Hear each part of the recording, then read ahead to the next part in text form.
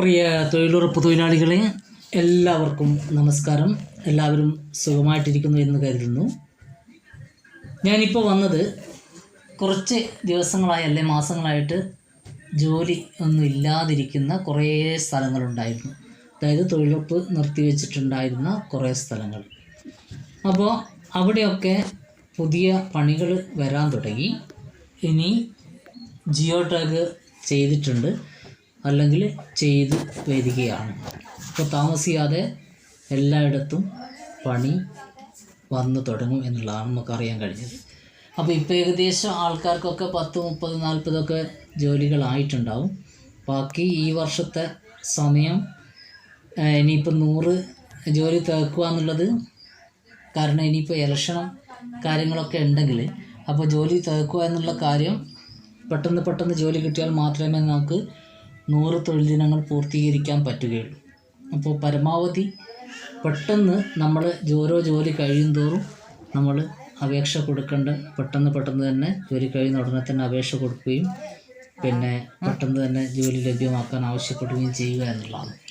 കാരണം ഇനിയിപ്പോൾ നമ്മളെ തൊഴിൽ ദിനങ്ങൾ ഇനിയിപ്പോൾ കിട്ടണമെങ്കിൽ 100 തൊഴിൽ ദിനങ്ങളാവണമെങ്കിൽ എത്ര വേണമെന്ന് ഓരോ സ്ഥലത്തുണ്ടാവും. അപ്പോൾ ഇപ്പോൾ ഒരുപാട് സമയം, ഈ സമയത്തൊക്കെ നമ്മൾ സാധാരണ തൊഴിൽ ചെയ്തുകൊണ്ടിരിക്കുന്ന സമയമാണ്. ഞാൻ ഈ പറയുന്നത് ഇപ്പോൾ തൊഴിൽ നിർത്തിവെച്ചിരിക്കുന്ന ഏരിയനെ സംബന്ധിച്ചാണ് പറയുന്നത്. അല്ലാത്ത സ്ഥലങ്ങളിൽ ജോലി നടക്കുന്ന കുറച്ച് സ്ഥലങ്ങളുണ്ട്, അവിടെ ഉള്ള കാര്യങ്ങളല്ല ഞാൻ പറയുന്നത്. ഇപ്പോൾ ജോലി നിർത്തിവെച്ചിരിക്കുന്ന സ്ഥലത്തുള്ള കാര്യങ്ങളാണ് ഞാൻ പറഞ്ഞത്.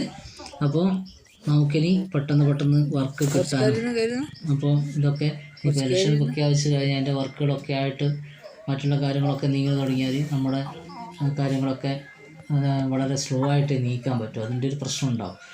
അപ്പോൾ എന്തായാലും ശരി, ഞാനിപ്പോൾ പറയുന്നത്, ഇനിയിപ്പോൾ ജിയോ ടാഗ് ചെയ്യാത്ത സ്ഥലങ്ങളിൽ ഉടനെ തന്നെ ജിയോ ടാഗ് ചെയ്തിട്ട് എല്ലാവർക്കും ഇനിയിപ്പോൾ പുതിയ പണി ലഭ്യമാക്കുമെന്നാണ് നമുക്കിപ്പോൾ പുതിയ വിവരം കിട്ടിയിരിക്കുന്നത്. എന്തായാലും കഴിയുന്നതും പെട്ടെന്ന് എല്ലാവർക്കും പണി ലഭ്യമാകട്ടെ. അതേപോലെ തന്നെ നമ്മുടെ കൂലി വേതനം കുറേ സമയമായിട്ട് നിന്നിട്ടായിരുന്നുള്ളൂ. എന്തായാലും ഇപ്പം എല്ലാവർക്കും അത് മുഴുവൻ തുകയും ലഭിച്ചിട്ടുണ്ടാകും എന്നാണ് അറിയുന്നത്. പിന്നെ അതിൽ ചെറിയ സ്ഥലങ്ങളിലൊക്കെ കിട്ടിയിരിക്കുന്ന ഒരു സംഭവം എന്ന് പറയുന്നത്, പിന്നെ നമ്മുടെ മേറ്റിൻ്റെ അല്ലാത്ത ഫോണുകളിൽ ചെയ്യുമ്പോൾ കിട്ടുന്ന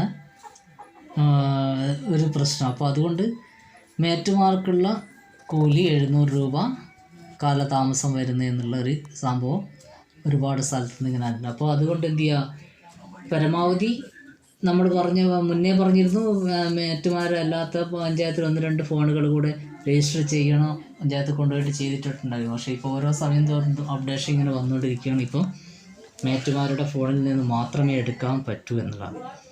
അതേപോലെ തന്നെ നമുക്ക് ഇനി മുതൽ ഈ മസ്റ്ററോഡ്, അതായത് പേപ്പർലെസ് ആണ് അല്ലേ, പേപ്പറിൽ സൈൻ ചെയ്യേണ്ട ആവശ്യമില്ലാത്ത ഇതാണ് വരുന്നത്. അപ്പോൾ അതുകൊണ്ട് തന്നെ എന്ത് ചെയ്യുന്നത്, നമുക്ക് ഫോട്ടോ എടുക്കാൻ പറ്റിയിട്ടില്ലെങ്കിൽ അല്ലെങ്കിൽ ഓൺലൈനിൽ ചെയ്യാൻ പറ്റിയിട്ടില്ലെങ്കിൽ നമ്മൾ ആ ദിവസം ലീവായിരിക്കുക എന്നുള്ളതാണ്. അല്ലാതെ നമ്മൾ ജോലി ചെയ്തതുകൊണ്ട് ഒരു കാര്യമില്ല എന്നാണ് ഇപ്പോൾ അറിയാൻ കഴിഞ്ഞത്.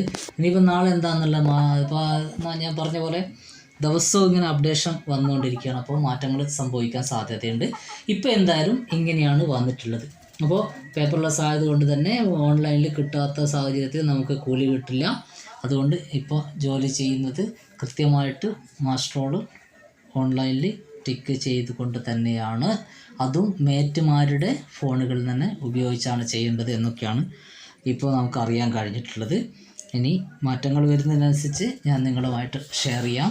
അപ്പോൾ എല്ലാവർക്കും ശുഭദിനം ആശംസിച്ചുകൊണ്ട് നിർത്തുന്നു. നന്ദി, നമസ്കാരം. സബ്സ്ക്രൈബ് ചെയ്യാൻ മറക്കരുത്, ഷെയർ ചെയ്യാൻ മറക്കരുത്, ലൈക്ക് അടിക്കാൻ മറക്കരുത്, ഒപ്പം ഹൈപ്പ് ശ്രദ്ധിക്കുക. Okay, thank you.